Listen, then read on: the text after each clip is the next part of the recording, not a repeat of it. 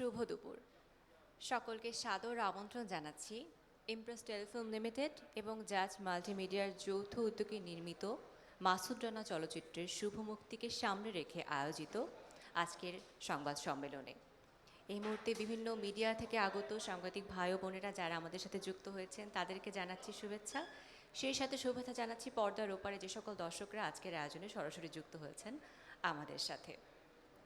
দীর্ঘ 7 দশকেরও বেশি সময় ধরে দারুণভাবে পাঠকপ্রিয় কাজী আনোয়ার হোসেনের রোমাঞ্চ এবং থ্রিলার সিরিজ মাসুদ রানা, যুগে যুগে কালে কালে তার অনন্য সৃষ্ট এই চরিত্রটি আমাদের ভাবনার জগৎকে নানানভাবে আলোড়িত করেছে, রোমাঞ্চিত করেছে আমাদেরকে মোহিত। আমরা আমাদের ভাবনায় মাসুদ রানাকে নানানভাবে কল্পনা করেছি এবং সে গল্পগুলোকেও নানান রূপ দিয়েছে আমাদের মস্তিষ্ক। এবং সেই কল্পনা থেকে অনুপ্রাণিত হয়ে, দর্শকদের ভালোবাসা থেকে অনুপ্রাণিত হয়ে সেই মাসুদ রানা সিরিজের স্পাই থ্রিলার অবলম্বনে নির্মিত মাসুদ রানা চলচ্চিত্রটি আসন্ন ঈদুল আজহায় সারা দেশের বিভিন্ন প্রেক্ষাগৃহে চলচ্চিত্রটি মুক্তি পাচ্ছে এবং সেই শুভ মুক্তিকে সামনে রেখে আমাদের আজকের এই বিশেষ সংবাদ সম্মেলন। আপনাদের সকলকে জানাচ্ছি আবারও শুভেচ্ছা এই বিশেষ আয়োজনে। মাসুদ রানায় কী থাকছে, গল্পে কোন মোড় থাকছে, মূল চরিত্রে কারা আছেন, ইতিমধ্যে কিছু কিছু সংবাদ নিঃসন্দেহে আপনারা পেয়ে গেছেন। তবে আরও একটু বিশদভাবে জানতে এবং একটি চলচ্চিত্রের পেছনের ভাবনাগুলো, নির্মাণের পেছনের গল্পগুলোকে আরও একটু প্রকাশিত করতে আমাদের আজকের এই আয়োজনে সম্মানিত অতিথিরা আমাদের সাথে রয়েছেন। একে একে তাদের কাছ থেকে আমরা কথা শুনতে চাই। শুরুতেই মঞ্চে আসার জন্য যাকে অনুরোধ করব, তিনি ভীষণ প্রিয় একজন মানুষ, আমাদের কৃষি উন্নয়নে গণমাধ্যম ব্যক্তিত্ব, চ্যানেল আয়ের পরিচালক এবং বার্তা প্রধান জনাব শাইখ সিরাজ। তাকে অনুরোধ করব আজকের এই আয়োজন সম্পর্কে কিছু বলবার জন্য।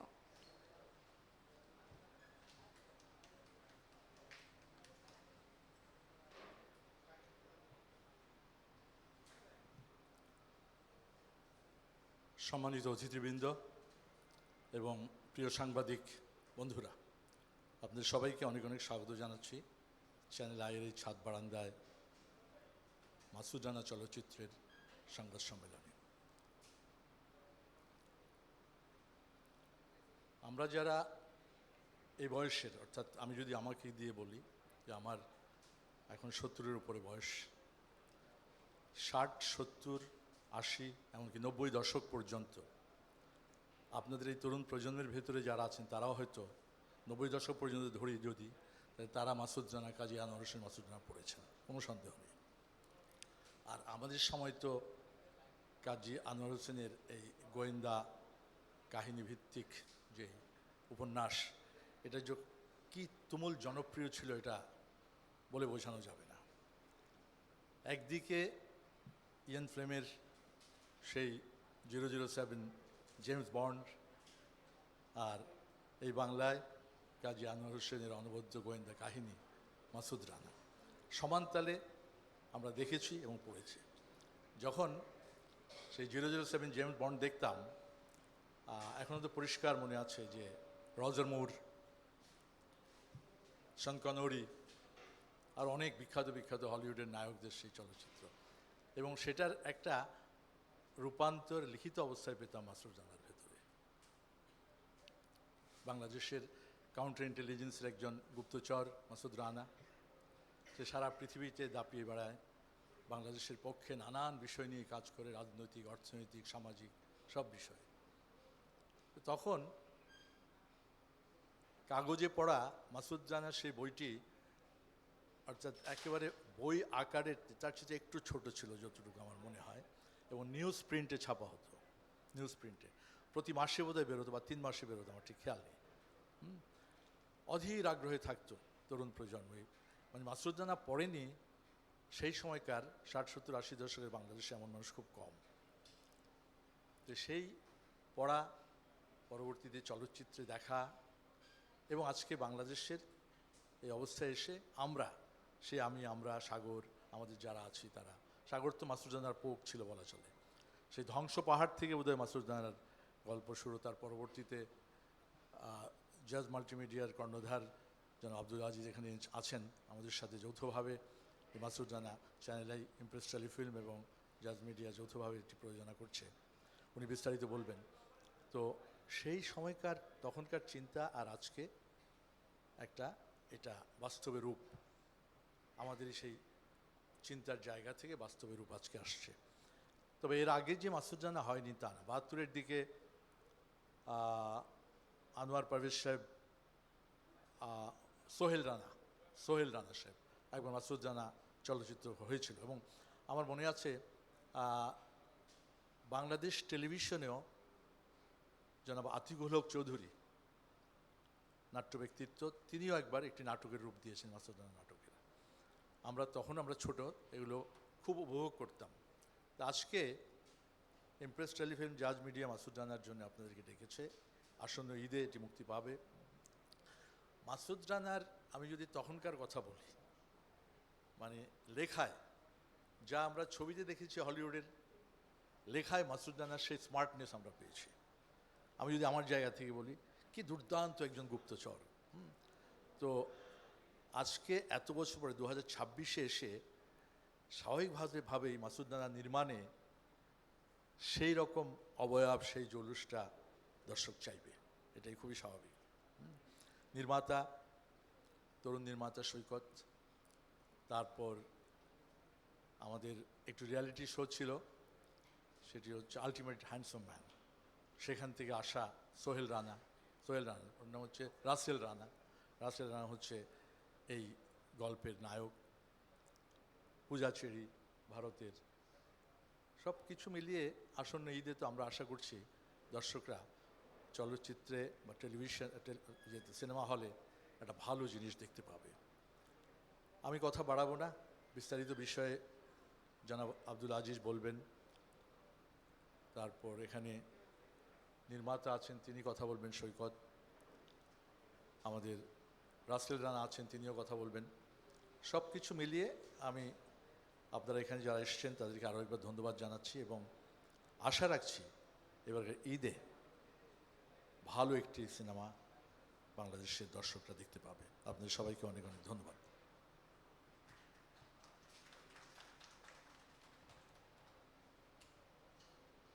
অনেক ধন্যবাদ জনাব শায়েক সিরাজ। তিনি বলেছেন আসলে যে আমাদের যারা পাঠক শ্রেণীতে আমরা যারা রয়েছি, গোয়েন্দা কাহিনী আসলে কিভাবে আমাদের শৈশব কৈশোরকে আরও বেশি রঙিন করে তুলেছে। আমরা অনেকে ৩ গোয়েন্দা পড়েছি, আমরা ফেলুদা পড়েছি, আমরা কাকাবাবু পড়েছি। প্রত্যেকটার আলাদা নিজস্বতা তো ছিলই, কিন্তু মাসুদ রানা চলচ্চিত্রে বা মাসুদ রানা সিরিজে আমরা যেটা দেখি যে একই সাথে গোয়েন্দা গল্প এবং অ্যাকশন দুটো মিলেমিশে একাকার হয়েছে। এবং যখন বইয়ে আমরা কোনো গল্প পড়ি, সেটি পর্দায় ফুটিয়ে তোলা অনেক বড় একটি কাজ। কারণ কল্পনাতে আমরা যা কিছু ভাবতে পারি, কিন্তু সেটি দর্শকদের সামনে দেখানো অনেক বেশি কঠিন। সেই কঠিন কাজটি জাজ মাল্টিমিডিয়া ইমপ্রেস টেলিফিল্ম লিমিটেড যৌথ উদ্যোগে করেছে, এবং আমাদের আগ্রহ যেন বেরিয়ে চলেছে যে বড় পর্দার সিনেমাটি আসলে আমাদের কল্পনার জগৎকে আসলে বিট করতে পারবে কিনা। সেটি আমরা দেখতে পাবো প্রেক্ষাগৃহে। তবে সিনেমাটির টিজার এই মুহূর্তে উন্মুক্ত করতে চাই আপনাদের সকলের উদ্দেশ্যে। চলুন সকলে একসাথে মাসুদ রানা চলচ্চিত্রের টিজারটি আমরা দেখে আসি। মাসুদ রানা বাংলাদেশ কাউন্টার ইন্টেলিজেন্সের এক দুর্দান্ত দুঃসাহসী স্পাই।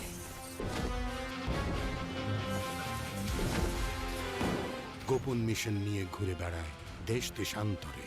বিচিত্র তার জীবন, অদ্ভুত রহস্যময় তার গতিবিধি। কোমলের কথরে মিলানো নিষ্ঠুর সুন্দর এক অন্তর। একা টানে সবাইকে, কিন্তু বাঁধনে জড়ায় না।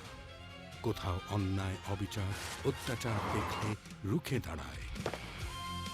পদে পদে তার বিপদ, শিহরণ, ভয় আর মৃত্যুর হাত ছাড়ি। আসুন এই দুর্ধর্ষ চিরনবীন যুবকের সঙ্গে পরিচিত হই।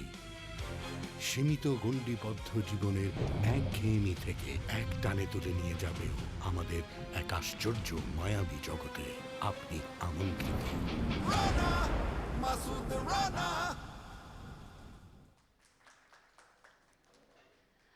আমার মনে হয় টিজারটি দেখে, ট্রেলারটি দেখা এবং চলচ্চিত্র দেখার আগ্রহ বহু গুণে বেড়ে গিয়েছে। কারণ 2026 সালে এসে আমাদের প্রত্যাশা চলচ্চিত্র জগৎ থেকে অনেক বেশি, এবং সেই প্রত্যাশার পথেই হেঁটে চলেছে জাজ মাল্টিমিডিয়া, হেঁটে চলেছে ইমপ্রেস টেলিফিল্ম লিমিটেড। আবারও একটা করতালি আশা করছি এই আমরা মাসুদ রানা সম্পর্কে আরও একটু বিশদভাবে জানতে চাই তার কাছ থেকে, যিনি আসলে এমন দুর্দান্ত কাজ নিয়ে বরাবরই আমাদের সামনে আসতে চান। তার নতুন ভাবনা, তার নতুনত্ব সবসময় আমাদের এই যে রূপালী পর্দাকে চমকিত করেছে।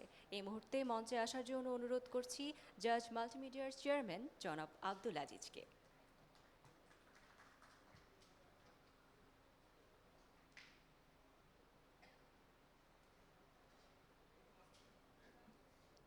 আসসালামু আলাইকুম, শুভ দুপুর। আমাকে বক্তব্যটা একটু দীর্ঘ করতে হবে দুইটা কারণে। একটা হলো গরুর হাটের কারণে অনেকে যে জ্যামে পড়েছে, বিশেষ করে আমার ডিরেক্টর জ্যামে আটকে আছে, সে না আসা পর্যন্ত আমি বক্তব্যটা টেনে যাব। আর আপনারা আরও জানেন যারা এখানে আছেন, আমি লম্বা ভাষণ দিতে পছন্দ করি। আর আমি অনেক সংক্ষিপ্ত করে লম্বা করবো, ঠিক আছে, সংক্ষিপ্ত করে লম্বা করতেছি। অনেক জার্নালিস্ট ভাইও ফোন দিছে, ভাই জ্যামে আটকে আছি, একটু পড়া আরম্ভ করেন। আসলে ওনাদের জন্য আমরা 35 মিনিট লেট করছি। সর্বপ্রথমে আমি ধন্যবাদ দেব সাগর ভাইকে এবং শাইক ভাইকে এবং চ্যানেল আই এবং ইমপ্রেস টেলিফিল্মকে। ইমপ্রেস টেলিফিল্ম আমার সাথে এটা জয়েন্টলি জাজ মাল্টিমিডিয়ার সাথে জয়েন্টলি প্রোডাকশন। ইমপ্রেসের জয়েন্টলি প্রোডাকশনের সবচেয়ে বড় কারণ হলো গল্পের বাজেটটা অনেক বড়, এত বড় বাজেট যে এককভাবে সামলানো ডিফিকাল্ট হয়ে যাচ্ছিল। যাবে, হ্যাঁ, এটা নেব, আচ্ছা, এটাই ভালো হয়, আমি ফ্রিলি কথা বলি। ওই এককভাবে বানানো অনেক বড় একটা ব্যাপার হয়ে যায়, অনেক সাপোর্টের দরকার। শুধু টাকা থাকলেই মাসুদ রানা বানানো যায় না, মাসুদ রানা বানানোর জন্য আরও অনেক সাপোর্ট লাগে, যেই সাপোর্ট একার পক্ষে জাজ মাল্টিমিডিয়ার পক্ষে সম্ভব না। তাই এবং সাগর ভাইয়েরও খুব আগ্রহ ছিল, উনি আমার দেখা, উনি আমার মতোই আরেকজন মাসুদ, আমার চেয়ে বড় কিনা জানি না, উনিও আমার মতোই মাসুদ রানার একটা ভক্ত। সাগর ভাইয়ের সাথে আমার ফার্স্ট পরিচয় হয়, আমি বলি তখন আমি আব্দুল আজিজ হইনি, মানে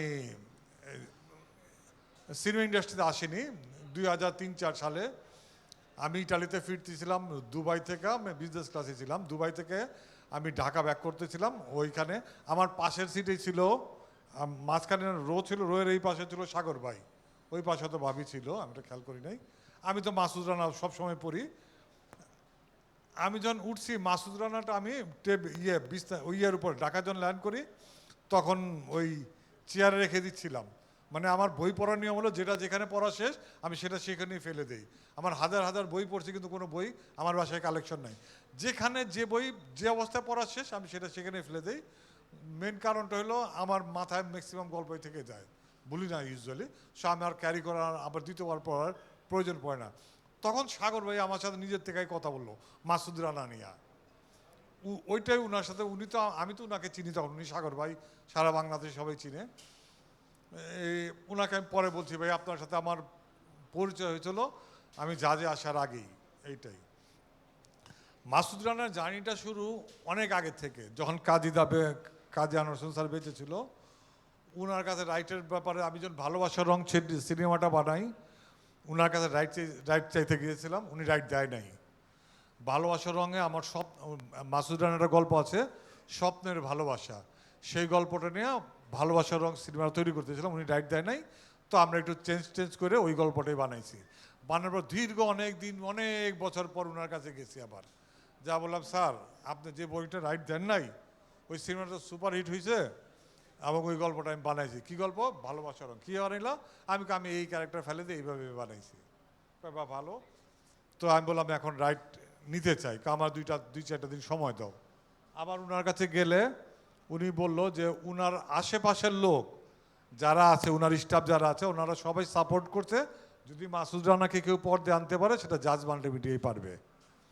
এটা তো উনি কিছুটা ওনার লোকজন ওনাকে কনভিন্স করছে। তারপর ওনার সাথে কথা হইল কীভাবে মাসুদ রানাটা কে হবে, এইটা ওনার সবচেয়ে বড় question, who is the Masud Rana. আমি বললাম স্যার তাহলে রিয়েলিটি শো করে বের করি।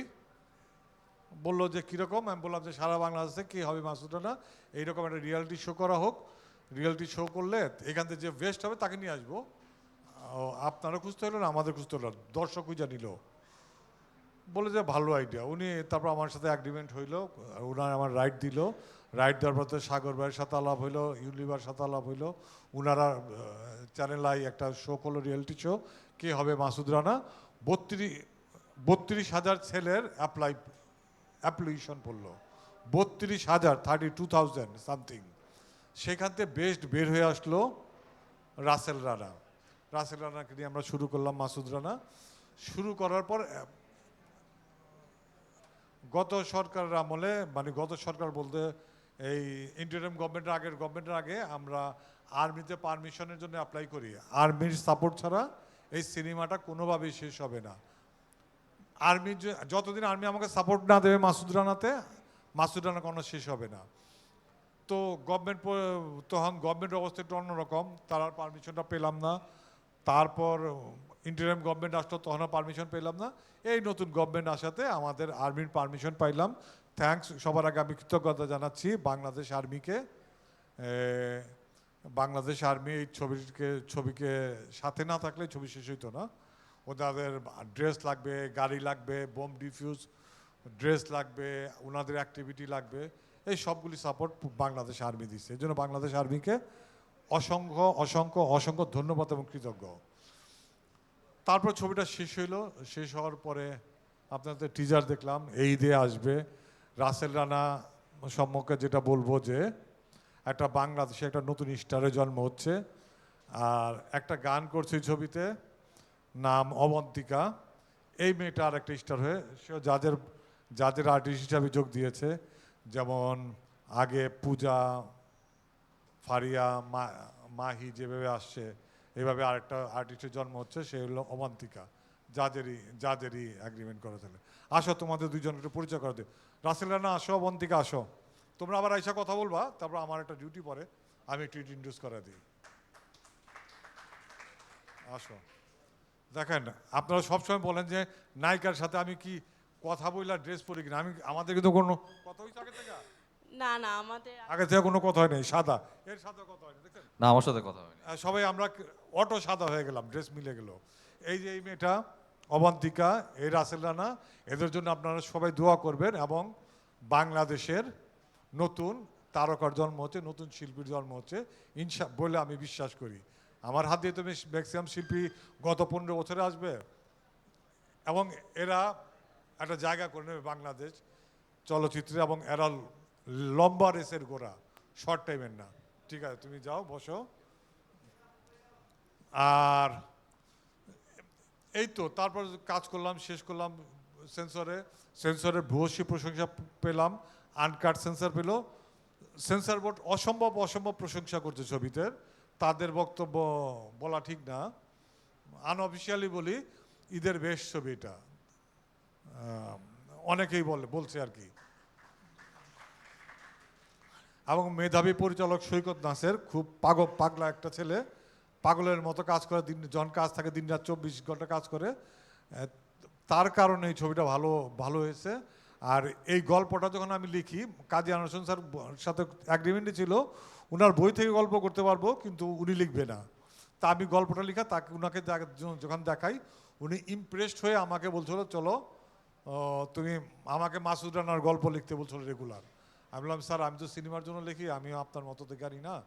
আমি শ্রদ্ধার সাথে ফিরে আসছিলাম, এবং এই গল্পটা বলে যে আজিজের চেয়ে ভালো কিছু হইতে পারে না। আমাকে এইটাই বলছিল, আজিজের চেয়ে ভালো কিছু হইতে পারে না। স্যারের এই ছবিটা আমরা কাজী আনোয়ার স্যারকে উৎসর্গ করছি, উনার নামের প্রতি উৎসর্গ। উনার ফ্যামিলি মেম্বারের এক ছেলে, 2 ছেলে, এক ছেলে ইউনাইটেড হসপিটালে ভর্তি আছে, আরেকজন কোথাও বের হয় না। আর উনার মেনলি দেখা করে ওনার এক ছেলের বউ, ওই পুত্রবধূ, যাকে উনি মাসুদ রানী বলে ডাকতো। উনি ওনাদের ওই মাসুদ রানা নিয়ে কিছু মামলাটা আরম্ভ হয়েছে, আপনারা ওদের জানেন। উনি কোর্টে আছে, এই জন্য আসতে পারেন, তো ওনার খুব আসার ইচ্ছা ছিল। তো এইটুকুই আমার আর কিছু বলার নাই। তবে আমার একটা ঘোষণা আছে, একটা দাবি আছে। বলেন।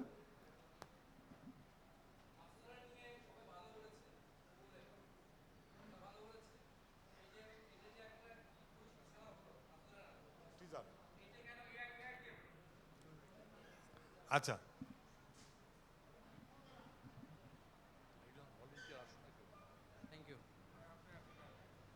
থ্যাংক ইউ ভাই। না, আমি আজিজ ভাইকে জিজ্ঞেস করছি যে মাসুদ রানাকে অনেকে ভালো বলছে, আমি এটার আসলে জানি না আসলে কে কে ভালো বলেছে, কিন্তু মাসুদ রানার যে একটা যেহেতু কাজী আনোয়ার হোসেনের একটা স্বপ্ন, সেই স্বপ্নকে আপনি লালন করে 6 বছর বা 7 বছর পর রিলিজ দিচ্ছেন, এটার অবশ্যই প্রচারণাটা আরও ব্যাপক হওয়া উচিত ছিল, যেটা হয় নাই। এখন আপনারা ঈদের শেষ সময়ে এসে হঠাৎ করে করছেন, তারপর আপনার এআই দিয়ে আপনি একটা ছাড়ছেন, পরিচিতি ছাড়ছেন, এটিকে আসলে কি ঠিক হলো? কারণ মাসুদা সম্পর্কে আপনি যদি বুঝতে গেলে আপনি কিভাবে নির্মাণ করেছেন এটা কিন্তু আমরা এখানে আমরা দেখতে পারতাম, তাই না? আপনি উত্তরটা দিন একটু। আচ্ছা, বর্তমানে বর্তমানে কোনো ছবি পৃথিবীর কোথাও বিএফএক্স এই জাতীয় ছবি, অ্যাকশন থ্রিলার ছবি এআই এবং বিএফএক্স ছাড়া একটা ইম্পসিবল ব্যাপার, কোনো হবে না। যদি আমি এআই এবং বিএফএক্স ইউজ না করি সেটা লুক ওয়াইজ ভেরি পুয়ার লাগবে। মেইন জিনিস হলো আমি এআই এবং বিএফএক্স দিয়া দৃশ্যটাকে আরও লার্জ করতেছি, আরও সুন্দর করতেছি। এখন যদি আমি আগের মতোই যদি নর্মালি শ্যুট করে আসি, নর্মাল যেমন একটা দেখবেন একটা ফুল গ্লাসে রূপান্তর হইলো, বাস্তবে এটা কখনোই সম্ভব না ফুল গ্লাসে রূপান্তর, তাহলে ওটা ম্যাজিক হবে। দেখবেন একটা ফুল রান্না ধরলো ঠাস করে গ্লাস হয়ে ভেঙে গেল, এটা একটা মিনিং আছে, এটা একটা সিম্বল আছে কেন ফুলটা গ্লাস হয়ে ভেঙে গেল, এটা সিম্বল আছে, সিম্বলটা পর আলাদা ব্যাখ্যা। কিন্তু এই যে জিনিসগুলি এআই দিয়া, আমার পানির ভিতরে শর্ট আছে, this the real shot. Russell runner প্রতি কোনো শর্ট কিন্তু রাসেল রানা এআইতে তৈরি করা না। রাসেল রানা এই সিনে যত শর্টে যতগুলি শর্ট আছে রাসেল রানার, সবগুলি রাসেল রানার রিয়েল শর্ট, এখানে কোনো এআই নাই। রাসেল রানাকে এআই দেওয়ার তৈরি করা হয় নাই, কিন্তু কিছু ইফেক্ট তৈরি হয়েছে, কিছু সব ইফেক্ট না, যেমন ছাদে লাভ দিছে ওটা রিয়েল আছে, তারপরে এই যে রাস্তায় ঘুইরা লুক দিয়া চলে গেলো হাইটে গেলো, দিস দ্য রিয়েল শর্ট। আবার ওই দেখবেন কিছু কিছু শর্ট আছে এই ছাদে জাম দিতেছে, এইটা রিয়েল। আবার আরেকটা শর্ট আছে এআইতে তৈরি করা, আবার কিছু ওই শর্টটা বিএফএক্সে তৈরি করা। এখানে বিএফএক্স রিয়েল এবং এআইয়ের সঙ্গে মিশ্রণ। এআই দিয়ে আমরা কোনো ক্যারেক্টার তৈরি করি নাই, এআই দিয়ে কাউকে অভিনয় করাই নাই। আবারও ক্লিয়ার করে বলতেছি, এআই কোনো অভিনয় করে, এআই দিয়ে আমরা কোনো আর্টিস্টের অভিনয় করাই নাই, এআই দিয়া কোনো ক্যারেক্টার তৈরি করি নাই। AI is the working as the background, ব্যাকগ্রাউন্ডটা সুন্দর করার জন্যই আমরা এআই ইউজ করছি, এর বাইরে কোনো এআই ইউজ নাই। Thank you. আমি লাস্টে একটা ঘোষণা দেবো, আমার একটা দাবি আছে, দাবিটা আপনাদের সবাইকে বলবো। অনেক ধন্যবাদ। জনাব আব্দুল আজিজ, আপনাকে অনেক ধন্যবাদ আপনার বক্তব্যের জন্য। এবারে মঞ্চে ডাকতে চাই যাদের দেখব আমরা পর্দায় এবং যারা আসলে প্রস্তুতি নিয়েছেন সিনেমাটাকে আপনাদের কাছে আরও বেশি গ্রহণযোগ্য করে তুলতে। নাম ভূমিকায় যিনি অভিনয় করেছেন রাসেল রানা, আমরা একটু তাকে মঞ্চে ডেকে নিতে চাই, তার কাছ থেকে তার অভিজ্ঞতাটুকুও শুনতে চাই এবং তার অনুভূতিটুকুও জানতে চাই। একটি জোরে করতালি হয়ে যাক তার জন্য। আমি একটু রাসেল রানার জন্য মঞ্চে থেকে যাবারই আসলে সিদ্ধান্ত নিয়েছি। তার কাছ থেকে আমারও কিছু জিজ্ঞাসা আছে, যে জিজ্ঞাসাটা হয়তো আমাদের সাংবাদিক ভাইদেরও আছেন। শুরুতে একটু জানতে চাই যে আপনি কি মাসুদ রানার যেই সিরিজ রয়েছে সেই বইগুলো আপনি পড়েছেন? জি, আমি পড়েছি। প্রিয় কোনটি? প্রিয় শুরুটি ধ্বংস পাহাড়। আচ্ছা, এবার একটু আপনার কাছে জানতে চাই যে এই সিনেমায় একজন মাসুদ রানা হয়ে ওঠার অভিজ্ঞতাটা আপনার জন্য কেমন ছিল? এটা আসলে আমি এক লাইনে শেষ করতে পারবো না, আমাকে একটু সময় দিতে হবে এটা বলার জন্য, কারণ ইটস এ লং জার্নি। আমি কি এখানে দাঁড়িয়ে বলবো নাকি এখানে? ওকে ওকে ওকে, কারণ এই পোডিয়ামে দাঁড়ানোটা আমার অনেক ইচ্ছে ছিল। আমি কি এই মাইকে কথা বলবো? ওকে, হ্যালো হ্যালো হ্যালো, আসসালামু আলাইকুম, কেমন আছেন সবাই? জি, আজকে আমি একটু বেশি ভালো, তাই আমি একটু ইন্ট্রোভার্ট টাইপের, বাট কথা বলছি। আই ডোন্ট নো যে আমি খুব গুছিয়ে একটা কথা বলতে পারি। আপনাদের সবাইকে আজকে এই মাসুদ রানার মিট দ্য প্রেসে আমন্ত্রণ জানাচ্ছি শুরুতেই, এবং আমি ধীরে ধীরে আমার সব জার্নির পুরো কথাগুলো আপনার সাথে শেয়ার করব। এবং আচ্ছা, আমি শুরু করি তাহলে। আমাদের যখন রিয়েলিটি শোটা হলো, এটা 2019 সালে, তার আগের ঘটনা হচ্ছে আমার বাবা ছিল মাসুদ রানার অনেক বড় একজন ফ্যান। তিনি মাসুদ রানা বই পড়তেন, আমাদের বাসায় মাসুদ রানা বইও ছিল। আমি বইগুলো দেখতাম, বাট খুব একটা পড়া হতো না, কারণ আমি একটু থাকে না যে একটু কিশোর বা কিশোর উপন্যাস যেগুলো, সেগুলোর ফ্যান ছিলাম। তো সেই জায়গা থেকে আমি মাসুদ রানা খুব একটা পড়তাম না, কারণ এখানে কিছু আপনারা তো সবাই জানেন যে মাসুদ রানা সবাই লুকিয়ে পড়তো এবং বড়দের কিছু ইস্যু ছিল এখানে। তো আমার বাবাও পড়তে দিত না আমাকে, but say Masud runner fan ছিল। বাট আমি যখন আমার এসএসসি লেভেল ক্রস করলাম, দেন জানতে পারলাম, আমি জেমস বন্ডের অনেক বড় ফ্যান ছিলাম। আমি পিএস ব্রোসনান থেকে শুরু করে ড্যানিয়েল ক্রেগ, তাদেরকে আমি তাদের সিনেমাগুলো দেখেছি, তাদের সিনেমাগুলো দেখেই বড় হয়েছি।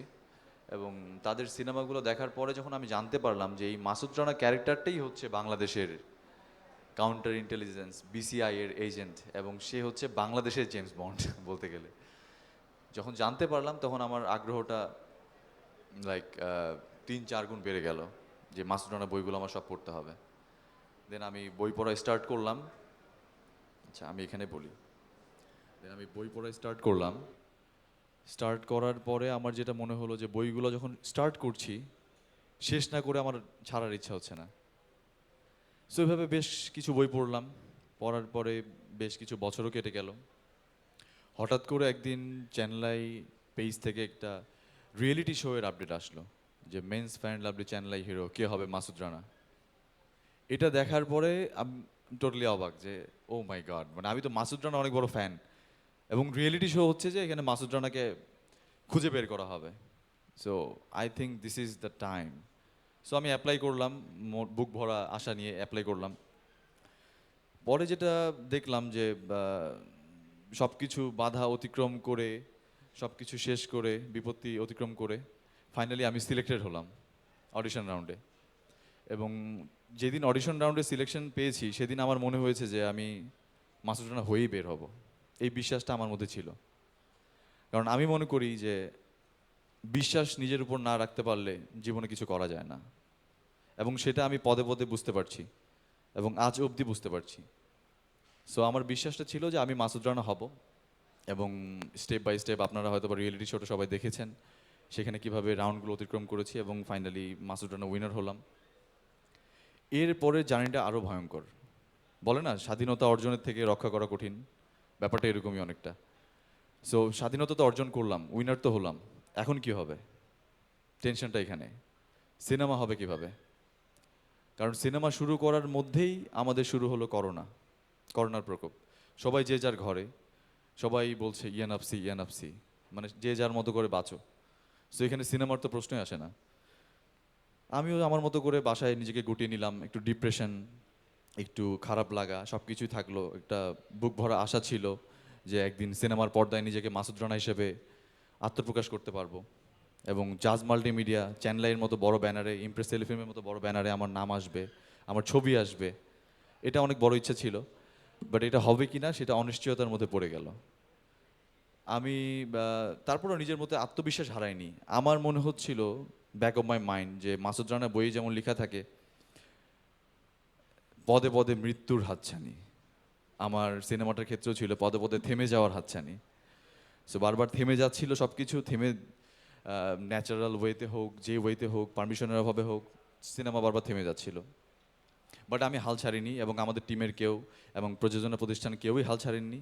সবাই সাথে ছিলেন এবং সবাই ওই আত্মবিশ্বাসটা নিয়েছিলেন যে এই সিনেমাটা একদিন আসতেই হবে। সো এরপরে বেশ কিছু বছর কেটে গেল, আমরা সিনেমায় স্টার্ট করে আমরা ফার্স্ট লটে শুটিং শেষ করলাম, খুব ভালো শুটিং হয়েছে। এর মধ্যে করোনার সেকেন্ড প্রকোপ শুরু হলো, সেটাও গেল, আমরা শুটিং করলাম। দেন আমরা শুটিং শেষ করার মোমেন্টে আমরা আর্মির পারমিশন পাচ্ছিলাম না, বিকজ আপনারা জানেন মাসুদ রানা যেহেতু বিসিআই এজেন্ট এবং সে একজন আর্মি পার্সন, সো সে যেহেতু কাউন্টার ইন্টেলিজেন্সে আছেন, সো সেই জায়গা থেকে সে হচ্ছে আর্মির সাপোর্টটা তার লাগবে অবশ্যই। তো আমরা চাচ্ছিলাম না কোনো ডামি ইউজ করতে সিনেমাতে, কোনো ফেক কিছু দেখাতে। আমরা রিয়েলটাই চাচ্ছিলাম যে রিয়েল আর্মি আমাদের এখানে থাকবে, রিয়েল আর্মির কনভয়, রিয়েল আর্মির যে অ্যামুনেশন, যে গান এবং যে বম ডিসপোজাল ইউনিট সব কিছুই থাকবে। তো আমরা এটা চাচ্ছিলাম, এটা চাওয়ার কারণে আমরা আর্মির কাছে পারমিশন চাচ্ছিলাম। আর্মি ফাইনালি আমাদেরকে এই বছরে এসে আর্মি বলল, আমাদেরকে গ্রিন সিগন্যাল দিয়ে দিল যে okay Masud Rana you are on duty. Then সব কিছু ওকে হয়ে গেল, আমরা আমাদের বাকি শ্যুটটুকু শেষ করতে পারলাম এবং মাসুদ রানা ফাইনালি কমপ্লিট করতে পারলাম। এবং আমি সবসময় আয়নার সামনে নিজেকে দাঁড়িয়ে বলি যে you have to do it, you can do it. আমি সবসময় বলি নিজেকে এটা।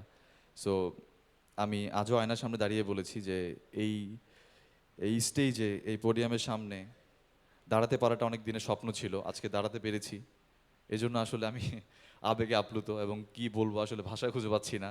যতটুকু বলতে পারছি, মাথায় আসছে ততটুকুই বলছি। এবং আমার এটা ফার্স্ট সিনেমা হিসেবে আমি আই থিঙ্ক খুব একটা গুছিয়ে কথা বলতে পারছি না। আর আপনারা দেখতে পাচ্ছেন যে আমার যেটা ড্রিম ছিল, আমি আমার ড্রিমটাকে দেখতে পাচ্ছি সামনে, এই পোস্টারের মাধ্যমে আমার ড্রিমটা দেখতে পাচ্ছি। এবং ইনশাল্লাহ সামনে ঈদে এই সিনেমাটা আসবে এবং আপনারা সবাই সিনেমাটা উপভোগ করবেন। এবং আমি কৃতজ্ঞতা শেষ করা জায়গা পাবো না আসলে, মানে আমার সবার প্রতি আমি অনেক বেশি কৃতজ্ঞ। আমার স্পেশালি বলতে গেলে আমার যিনি পরিচালক এই সিনেমার, সৈকত নাসির ভাই, আমাদের সম্পর্কটা অনেক ফ্রেন্ডলি। তার সাথে আমি আসলে বড় ভাই ছোট ভাই টাইপের সম্পর্ক, আপনারা যেটা বুঝতে পারেন অনেকে। তার সাথে সম্পর্কটা এমন টাইপের যে আমি কোনো কিছু শেয়ার করলে সে কখনো মাইন্ড করে না, বা সে কখনো কোনো কিছু বললে আমার কখনো খারাপ লাগে না। আমরা শুটিংয়ে খুব খুনসুটিও করতাম, খুব সিরিয়াসও থাকতাম। সে কোনো শটের ক্ষেত্রে ডামি ইউজ করতো না। আমরা যদি একটা অ্যাকশন সিকোয়েন্স করতাম সেটা ডামি দিয়ে করা যেত, বাট সে বলতো যে না, তুমি যেহেতু হিরো হবা, এটা তোমাকে ফিল করতে হবে, তোমার ডামি শট দিলে হবে না, তোমাকে রিয়েলি শট দিতে হবে। তো সেই শট দিতে গিয়ে আমার বেশ কয়েকটা ইনজুরিও হয়। আপনারা হয়তো বা বিগত বছরগুলোতে একটা নিউজ দেখেছেন যে একটা বোম ব্লাস্টের সিন করতে গিয়ে আমার পিছনে ইনজুরি হয়ে যায়, চুল পুড়ে যায়। সো সেটাও রিয়েল ছিল। এবং আরেকটা শট ছিল যেটা আমার গ্লাস ব্রেক শট আর কি, জানলার মাঝখান দিয়ে গ্লাস ব্রেক করে ভিতরে গিয়ে পড়বো। সো সেটা দিতে গিয়ে আমার দামি শট দেওয়ার কথা ছিল, বাট আমি চাচ্ছিলাম যে আমার ফেস দেখা যাক, রিয়েল শট থাকুক। তো শটটা দিতে গিয়ে যে গানটা ছিল, অ্যাসল্ট রাইফেলের উপরে যে স্কোপটা ছিল, সেই স্কোপটা আমাকে বলেছিল ফাইট ডিরেক্টর যে একটু সাইডে রাখবা, তাহলে তুমি যদি নিচে পড়ো তোমার ফেসে লাগবে না। বাট আমি শর্ট দিতে গিয়ে বুঝতে পারিনি, যেহেতু নতুন, আমি শর্ট দিতে গিয়ে গানের স্কোপটা সামনে রেখেছি এবং আমার এখানে কেটে গিয়েছে। তা আমি চিন্তা করিনি আসলে যে আমার কেটে গিয়েছে কিনা, ব্যথা পেয়েছি কিনা। আমি ডিরেক্টলি আমাদের ডিওপি যিনি ছিলেন, সাইফুর শাহিন ভাই, অনেক গুণী একজন ডিওপি, তার কাছে গিয়ে বললাম যে ভাইয়া আমাকে শর্টটা একটু রিভিউ দেখান, প্লেব্যাক দেন। উনি বললো আরে প্লেব্যাক পরে দাও, তোমার আগে কেটে গেছে এখানে, তুমি এটা আগে ড্রেসিং করো। সো এরকম টাইপের একটা ক্রেজি মোমেন্ট ছিল মাসুদ রানা সিনেমাতে, আসলে অনেকগুলোই ছিল।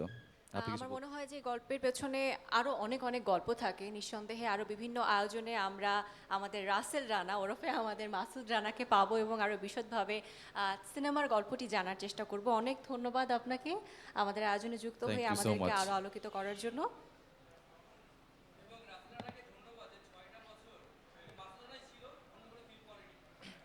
আমরা সাংবাদিকদের যারা রয়েছেন তাদের কাছ থেকে প্রশ্ন উত্তর নেওয়ার চেষ্টা করব এবং সেই উত্তরগুলো নিঃসন্দেহে আমাদের যারা রয়েছেন সংযুক্ত এই সিনেমার সাথে তারা দিবেন। এই মুহূর্তে মঞ্চে আসার জন্য আমি অনুরোধ করব এই চলচ্চিত্রের নায়িকা। এখন প্রশ্ন আসতে পারে যে নায়িকা তো আসলে বিভিন্ন চলচ্চিত্রে একজনই হয়, এই চলচ্চিত্রের নায়িকা দুজন, তাদের মধ্য থেকে একজন যিনি অন্যতম নায়িকা তিনি আমাদের সাথে এই মুহূর্তে যুক্ত হয়েছেন, সৈয়দা তিথি। তাকে মঞ্চে আসার জন্য একটু অনুরোধ করতে চাই এবং তার অনুভূতিটুকু আমরা জানতে চাই। মঞ্চে আসছেন সৈয়দা তিথি।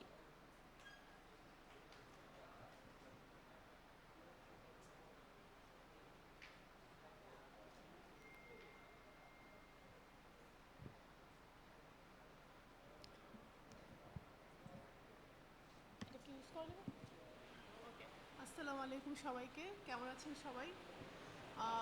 খুব সরি, আচ্ছা আমি খুব বেশি কিছু বলবো না। আমি নবনীতা, আমার যে চরিত্রটা ওটা নিয়ে একটু কথা বলবো। যদিও এটা আমার প্রথম মুভি, সো প্রথমে আমি বলবো যে আমার যে ক্যারেক্টারটা এটা অবশ্যই আমার কাছে খুবই ইম্পর্ট্যান্ট। এটা কখনো এক লাইনে শেষ করা যাবে না। এই ক্যারেক্টারটার মধ্যে যেমন গ্রেসফুল শার্প একটা ব্যাপার আছে, তেমন আছে খুবই ইন্টেলিজেন্ট এবং কনফিডেন্ট। সো আমি চেষ্টা করেছি এটার ইনার পাওয়ার এবং গ্রেসফুলনেসটা খুব নাইসলি প্লে করতে এই ক্যারেক্টারে। আর যেহেতু এটা আমার প্রথম মুভি আর আমিও আসলেভাবে প্রিপেয়ার্ড হয়ে আসিনি কী বলবো না বলবো, সো আপনারা সবাই অবশ্যই হলে গিয়ে মুভি দেখবেন, সবার উচিত। আর এই তো, পুরো টিমকে অনেক অনেক ধন্যবাদ।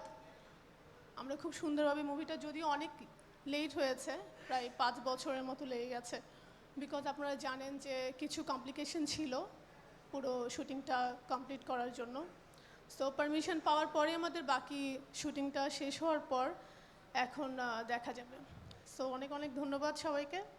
আল্লাহ হাফিজ। সৈয়দা তিথিকে একটু মঞ্চে থাকার জন্যই অনুরোধ করছি, কারণ আমি আবারও সাংবাদিক ভাইদের বলছি যে আপনাদের প্রশ্ন উত্তর পর্ব অবশ্যই আমরা নিব, কিছু আনুষ্ঠানিকতা আমাদের রয়েছে, সেটি সম্পূর্ণ করে আপনাদের প্রশ্নোত্তর পর্বে আমরা যাব। সেই পর্যন্ত ধৈর্য ধরার জন্য বিনীতভাবে অনুরোধ করছি। আমরা প্রেসের জন্য এখন একটা ছবি তুলতে চাই, একটা আনুষ্ঠানিক ছবি। যারা রয়েছেন আমাদের সাথে যুক্ত তাদেরকে একটু সহযোগিতা করছি। আমাদের যে পোডিয়ামটি রয়েছে সেটি আমাদের স্টেজ থেকে একটু সরিয়ে নেওয়ার জন্য আমাদের যিনি জাজ মাল্টিমিডিয়ার কর্ণধার রয়েছেন তাকে মঞ্চে আসার জন্য অনুরোধ করছি। মঞ্চে আসার জন্য অনুরোধ করছি আমাদের চ্যানেলের পরিচালক এবং বার্তা প্রধান জনাব শাইখ সিরাজকে। মঞ্চে আসার জন্য অনুরোধ করছি নাম ভূমিকায় যিনি অভিনয় করেছেন মাসুদ রানা চলচ্চিত্রে রাসেল রানাকে, এবং আবন্তিকা যিনি এই চলচ্চিত্রে বিশেষ ভূমিকায় ছিলেন তাকেও। প্রেসের জন্য আমরা একটি আনুষ্ঠানিক ছবি তুলব এই মুহূর্তে। যারা রয়েছেন সাংবাদিক ভাই ও বোনেরা প্রেসের পক্ষ থেকে এসেছেন,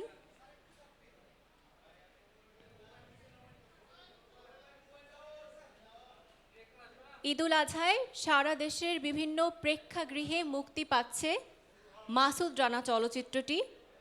অনেক প্রশ্ন, অনেক জল্পনা কল্পনা, অনেক প্রত্যাশা ছাপিয়ে মাসুদ রানাকে আমাদের এক্সপেকটেশন মিট করতে পারবে কিনা সেই প্রশ্নের উত্তর জানতে হলে সকলকে অবশ্যই যেতে হবে প্রেক্ষাগৃহে।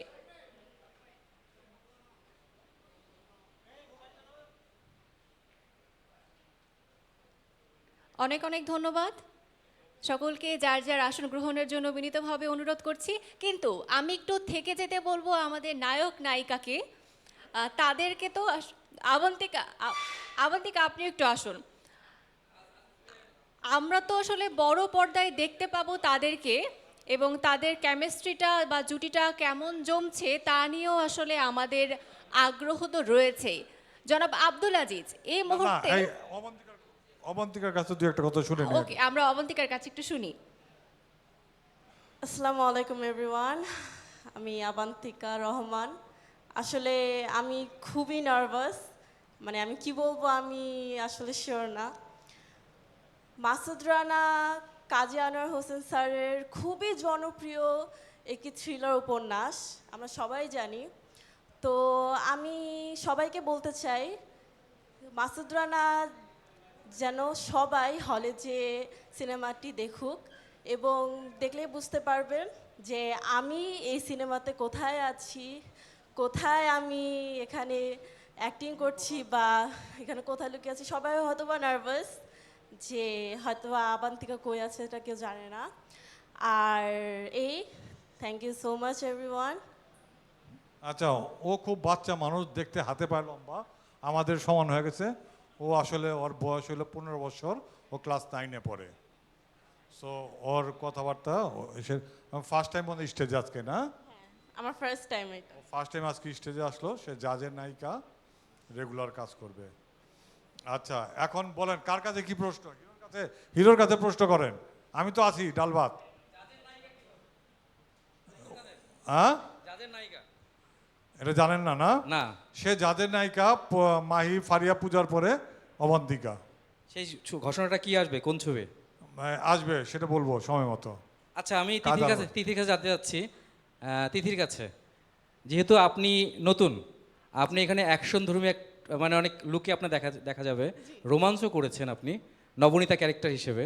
সেই হিসেবে আপনার অভিজ্ঞতাটা একটু জানতে চাই। আসলে এমন কোনো অভিজ্ঞতা যেগুলো আপনি শেয়ার করতে চান, যেগুলো আসলে বলা হয়নি কখনো? যেটা শেয়ার করতে চায় সেটা তো নর্মাল, যেটা শেয়ার করতে চাচ্ছে না সেটা শুনেন। সেটা বলেন।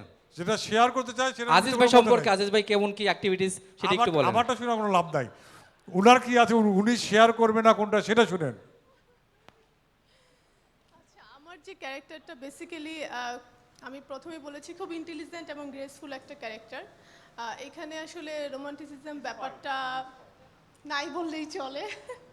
আমরা আসলে দেশের জন্য কাজ করে গিয়েছি। এই মুভির সিনে যেটা বোঝানো হয়েছে, এখানে আসলে সত্যি কথা খুব ইমোশনাল, খুব প্রেম ভালোবাসার বিষয়টা না। এটা আপনারা অবশ্যই সবাই ছোটোবেলায় মাসুদ রানা অনেক সিরিজ পড়েছেন, জানেন। তো সেইভাবে এই জিনিসটাকে উপস্থাপন করা হয়েছে। খুব বেশি কিছু না বলি, বললে তো হয়েই গেল, তাই না? সবাই হলে গিয়ে দেখবেন ব্যাপারটা কি আসলে। এরপরে কারো কোনো প্রশ্ন আছে আপনারা করতে পারেন ও আমাদের আসলে যারা মাসুদ রানা পড়েন তারা জানেন নবনীতা, রূপা, সোহানা এরা রানার সাথে যেমন বন্ড গার্ল, তারা রানা গার্ল, সেটা স্পাই ক্যারেক্টার করছে। এরপরে কি আর কারো প্রশ্ন রয়েছে?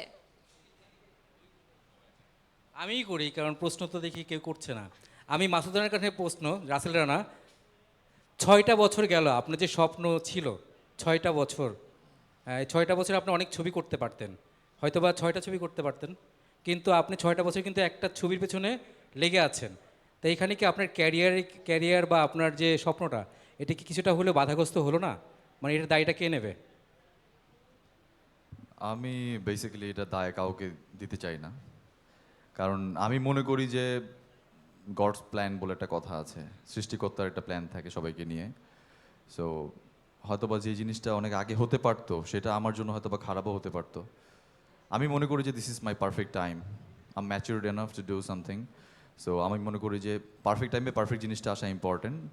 এবং আমি একটা কথা শুনেছিলাম যে অনেক হিরোর, সুপারস্টারের প্রথম সিনেমা প্রথম লাইফে প্রথমে আসে না, সেকেন্ড অথবা থার্ড সিনেমাটা লাইফে প্রথমে রিলিজ হয়।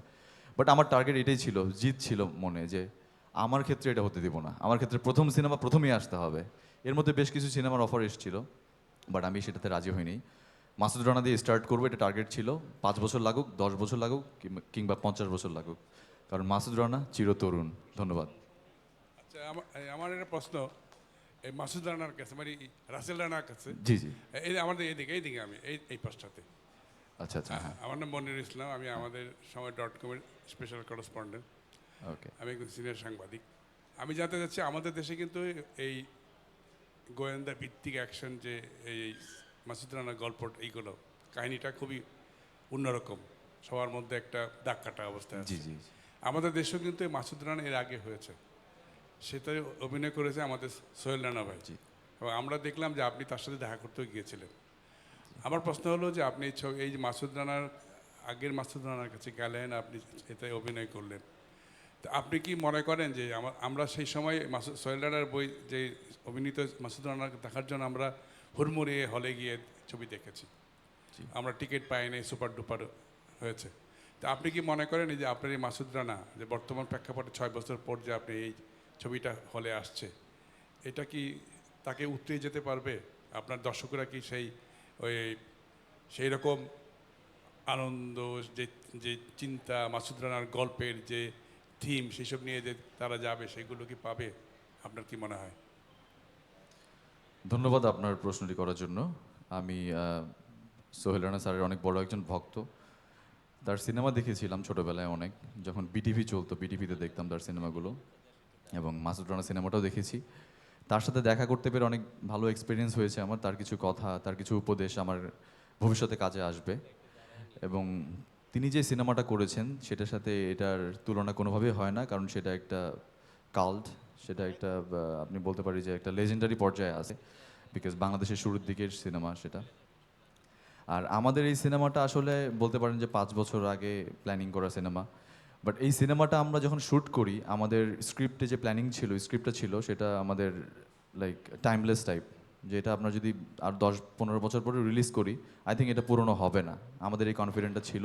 তো সেই জায়গা থেকে আমরা কনফিডেন্ট ছিলাম যে এটা আমরা রিলিজ যখনই করি না কেন, এটা কখনোই পুরনো হবে না। গল্পটা আমরা এভাবেই তৈরি করেছিলাম। এবং এখানে আপনারা আমাদের জায়গা থেকে আমরা কনফিডেন্ট যে এটা দর্শক অনেক পছন্দ করবে সিনেমাটা। আর স্পেশালি মাসুদ রানা দেখতে যাওয়ার কারণ হিসেবে আমি দর্শকদের বলতে চাই যে আপনারা ইতিমধ্যে অনেক সিনেমা দেখেছেন, এবং ঈদে আরও অনেক ভালো ভালো সিনেমা আসছে, অনেক সুপারস্টার, মেগাস্টার সবার সিনেমা আসছেন, সবার সিনেমাগুলো আপনারা অবশ্যই দেখবেন। বাট মাসুদ রানা কেন দেখবেন, সেই কোয়েশ্চেন আপনারা করতে পারেন। আমি বলতে চাই যে মাসুদ রানা দেখবেন এই কারণেই, বিকজ এখানে একজন আর্টিস্টের, এবং একজন না বেশ কয়েকজন আর্টিস্টের ডেবিউ সিনেমা, এটা প্রথম সিনেমা। সো আই থিঙ্ক প্রথমটার সাথে আপনাদের শরিক হওয়া ইম্পর্টেন্ট। আমি মনে করি প্রথম সিনেমা আপনাদের দেখা উচিত, এবং দেখে আপনাদের জাজমেন্টটা দেওয়া উচিত যে আসলে কেমন করেছে ছেলেটা বা মেয়েটা কেমন করেছে, এবং আপনাদের স্বপ্নের ক্যারেক্টারটাকে কীভাবে প্লে করেছি সেটা আপনারা দেখবেন অবশ্যই হলে গিয়ে। ধন্যবাদ।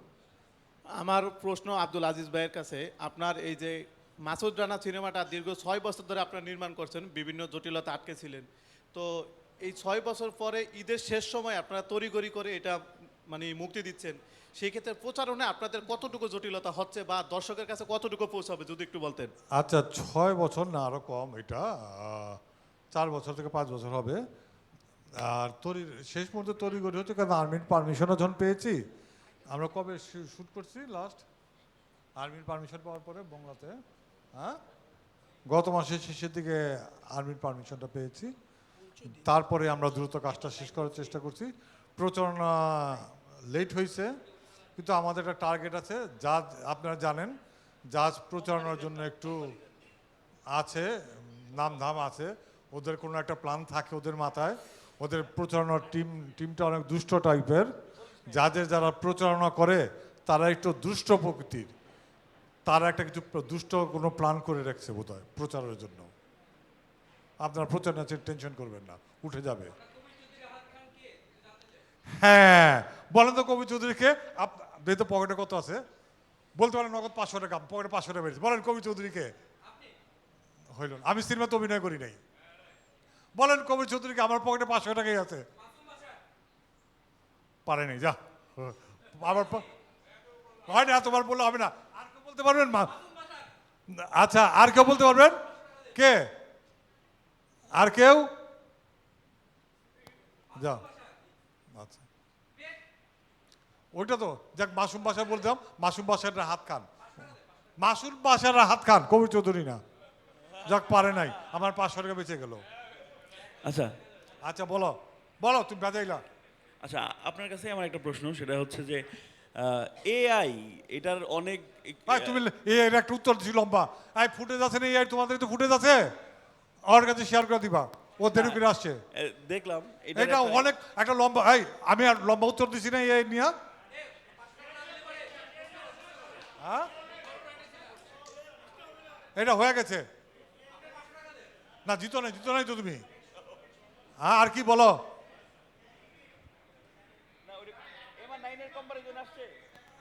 কি? আচ্ছা ও গরুর হাটের জামে। আচ্ছা ভাইয়া, তাহলে আরেকটা প্রশ্ন করি, সেটা হচ্ছে যে MR9ও তো আপনার প্রজেক্ট, MR9, এবং সেটাও মাসুদ রানা, এটাও মাসুদ রানা। তো দুইটার মধ্যে কম্পারিজন হবে, দুইটার মধ্যে মানে আসলে না, দুইটার ভিতরে কম্পারিজন না। ওই MR9 আমার হাতে ছিল না, ওটা আমার কন্ট্রোলিং না। ওটা হলিউড ওয়ালারা কন্ট্রোলিং করছে, ওদের মতো গল্প করছে, ওদের মতো, ওদের টাকা ওদের পয়সা। আমার অ্যাগ্রিমেন্টে ভুল ছিল, মানে দুইজন একসাথে বানাবো মাসুদ রানা, এইটুকু অ্যাগ্রিমেন্ট ছিল। বাট এরপরে যে আমরা যে অ্যাগ্রিমেন্ট ঢুকাইছি যে স্ক্রিপ্টের প্রতিটা লাইন, প্রতিটা ওয়ার্ড আমার পারমিশন লাগবে, তারপর ওরা পিছিয়ে গেছে। ওরা যেমন আর দ্বিতীয় MR9 বানাইতে গেছে, যে স্ক্রিপ্ট নিয়ে আসছে ওটা আমি রিজেক্ট করে দিছি। প্রথমটার সাথে এটা অনেক ডিফারেন্স। এটার ভিতর আমার গল্পর ভিতর 100% কন্ট্রোল ছিল, আর ডিরেকশনে কন্ট্রোল ছিল না। ডিরেকশনে ইয়ে করছে সৈকত নাসির, করছে যা করছে, গল্পে আমার কন্ট্রোলিং ছিল। ওইটার সাথে এটা কোনো মিল হবে না। রাসেল, আচ্ছা আমার একটা ঘোষণা আছে, এটা পরে দিচ্ছি, শেষে দিই। রাসেলের কাছে প্রশ্ন হচ্ছে যে ওই পারভেজ সাহেবের পরেও, আচ্ছা আচ্ছা, পারভেজ সাহেবের পরেও ওই আমাদের MR9 যেটা হয়েছে, সেটা কি আপনি দেখছিলেন? এবং সেটার কোনো মানে আপনি কোনো হোমওয়ার্ক ছিল কিনা, যে ওটা থেকে আলাদা বেটার কিছু করতে পারবো কিনা? বেসিক্যালি আমি বলি, আমি যে শো থেকে এসেছি, মেন্স ফ্যান ডাব্লিউ চ্যানেলে হিরো কে হবে মাসুদ রানা, সেই শো থেকে যে সিনেমাটা করার কথা ছিল সেটাই হচ্ছে এই মাসুদ রানা। আর MR9 ছিল একটা হলিউড প্রোডাকশন, ডিফারেন্ট সিনেমা, যেটা জাজ মাল্টিমিডিয়া এবং হলিউড একজন প্রোডাকশন টিমের সাথে যৌথ প্রযোজনায় MR9 তৈরি করা হয়েছিল।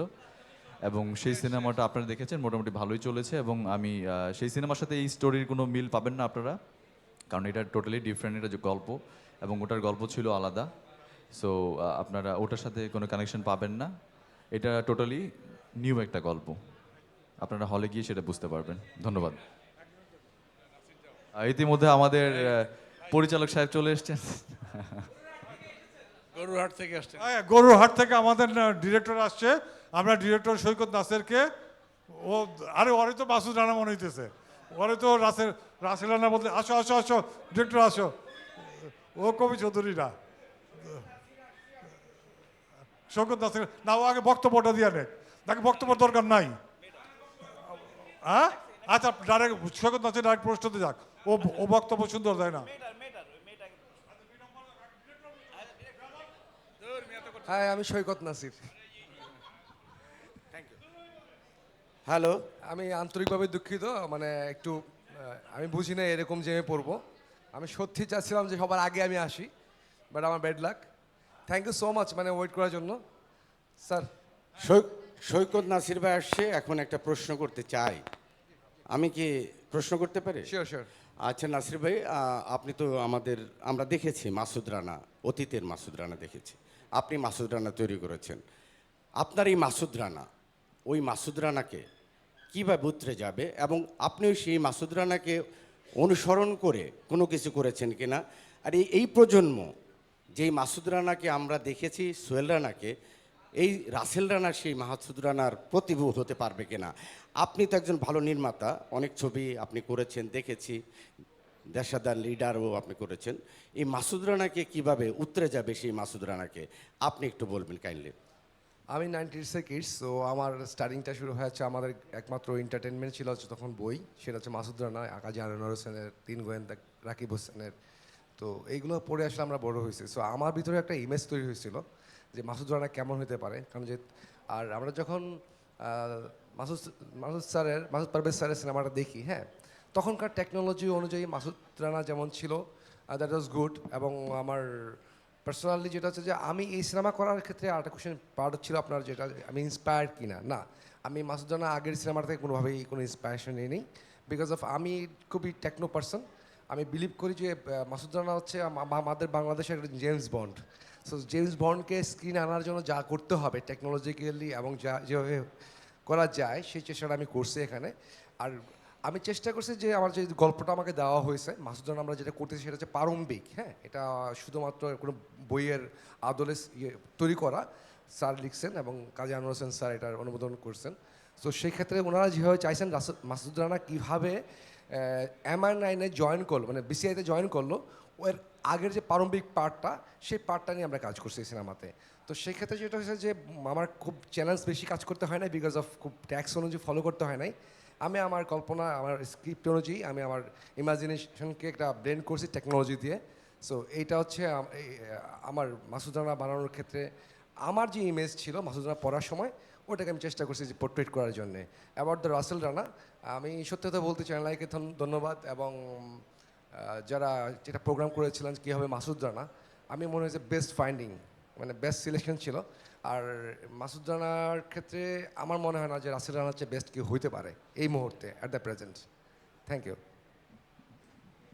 আজিজ ভাই, আমার মনে হয় আমাদের আর কিছু বলার নেই, আপনি ওই ঘোষণাটা দিয়ে শেষ করেন। হ্যাঁ, প্রশ্ন উত্তর দিলাম। Any question? জি, লাইভ একটু শুনেন। আসেন, আপনি আসেন। কি চুনকাম খাইতেছে সিঙ্গার, উনি উনার মুখে 2 লাইন শুনেন। উনি এই একটা গান গাইছে। আর আপনাকে লাইভ ডান্স দেখতে চান গানের সাথে? ওই যে অবন্তিকা আছে, হিরো আছে, ওইটা আমরা মিউজিক ছাড়বো, দেখবো না। আর ইনি গান গাইছে, উনার কাছে 2টা লাইন গান শুনেন।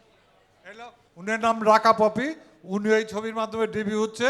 উনার সাথে ইমরান একটা গান করছে, চলো উনারটা শুনি। হ্যাঁ, গানে আপনি আছেন? আপনি তো আমারই লোক, আছেন।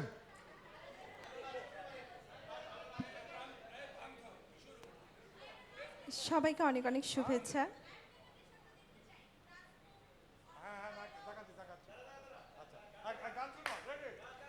আচ্ছা, সবাইকে অনেক অনেক শুভেচ্ছা।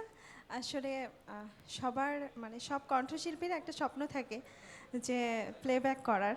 তো আমারও অবশ্যই স্বপ্ন ছিল সব সময় যে এক সময় প্লেব্যাক করব। তো আমি সবসময় জাস্ট মাল্টিমিডিয়ার যে সিনেমাগুলো হয় সেগুলো আমি সবসময় দেখতাম এবং খুব ভালো লাগতো।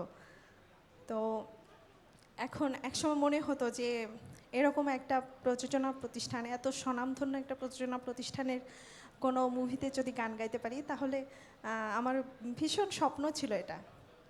তো এমন সুযোগ আসলে সৃষ্টিকর্তা আমাকে করে দিয়েছেন এবং এর জন্য অশেষ কৃতজ্ঞতা আমাদের জাজ মাল্টিমিডিয়ার কর্ণধার, আমাদের শ্রদ্ধেয় আব্দুল আজিজ ভাইয়ার প্রতি এবং আরেকজনের প্রতি আমি বিশেষ কৃতজ্ঞতা যে যিনি আমার গানের গীতিকার এবং সুরকার শ্রদ্ধেয় শাহ আলম সরকার, যার জন্য সত্যি বলতে আমার শ্রদ্ধেয় আব্দুল আজিজ ভাইয়ার সাথে পরিচয় হয়েছে এবং গানের সুযোগ হয়েছে। তো আমার যে গানটি গেয়েছি আমি আমার পছন্দের একজন কণ্ঠশিল্পী ইমরান মাহমুদুল ভাইয়ার সাথে। গানের শিরোনাম হচ্ছে তোমার জন্য লিখে দেব পুরো বাংলাদেশ। গানটি একটুখানি আমি শোনাচ্ছি।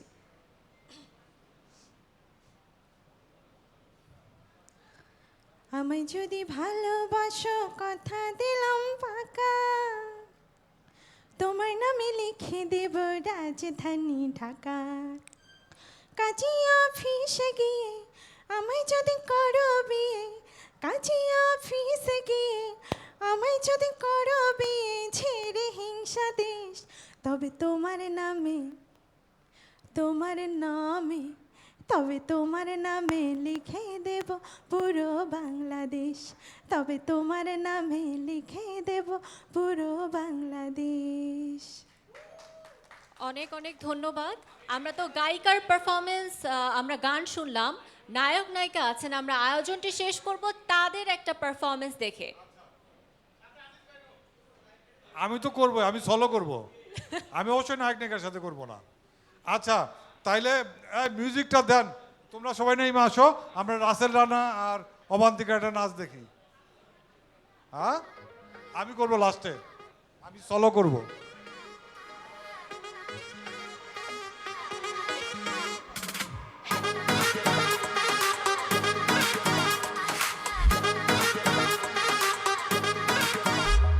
এই রেশমি কালো চুলে যেন কারেন্ট লাগে চুলে, লাল লিপস্টিক লাগাই যখন যে দেখে সে যায় গলে।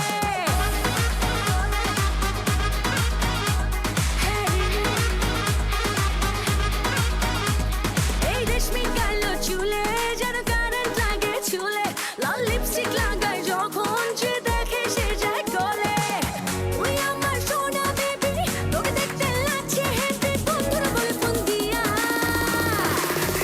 হায় কি মাছ ধরেছি বড়শি দিয়া, ও দরদে কি মাছ ধরেছি বড়শি দিয়া, ও দরদে কি মাছ ধরেছি বড়শি দিয়া, ও দরদে কি মাছ।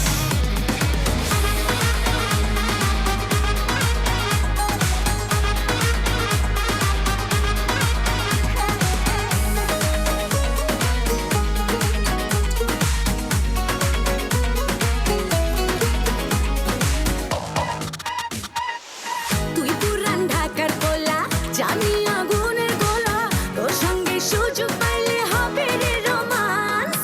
তোরে আমি করব বিয়া, যাবো তোকে দুবাই নিয়া, মরুভূমির মাঝে হবে বাংলায় বেলি ডান্স।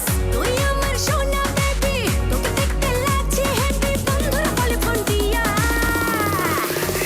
হায় কি মাছ ধরেছি বড়শি দিয়া, ও দরদে কি মাছ ধরেছি বড়শি দিয়া, ও দরদে কি মাছ ধরেছি বড়শি দিয়া, ও দরদে কি মাছ।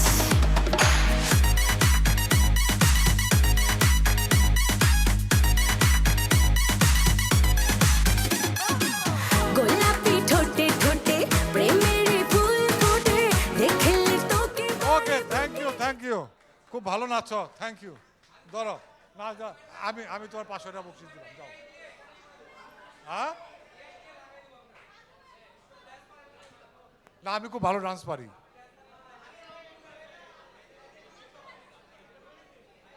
আচ্ছা এই যারা ছবি নেবেন তারা এইখানে ছবি নিয়েন, আর আমি আমার ঘোষণাটা বলতে যাচ্ছি। সব ক্যামেরা রেডি? আমার একটা দাবি আছে, আমি রাসেল রানার ফাঁসির দাবি করতেছি। তার উন্মুক্ত 0 পয়েন্টে সবার সম্মুখে তাকে ফাঁসি দেওয়া হোক। আমি রাসেল রানার ফাঁসি চাচ্ছি।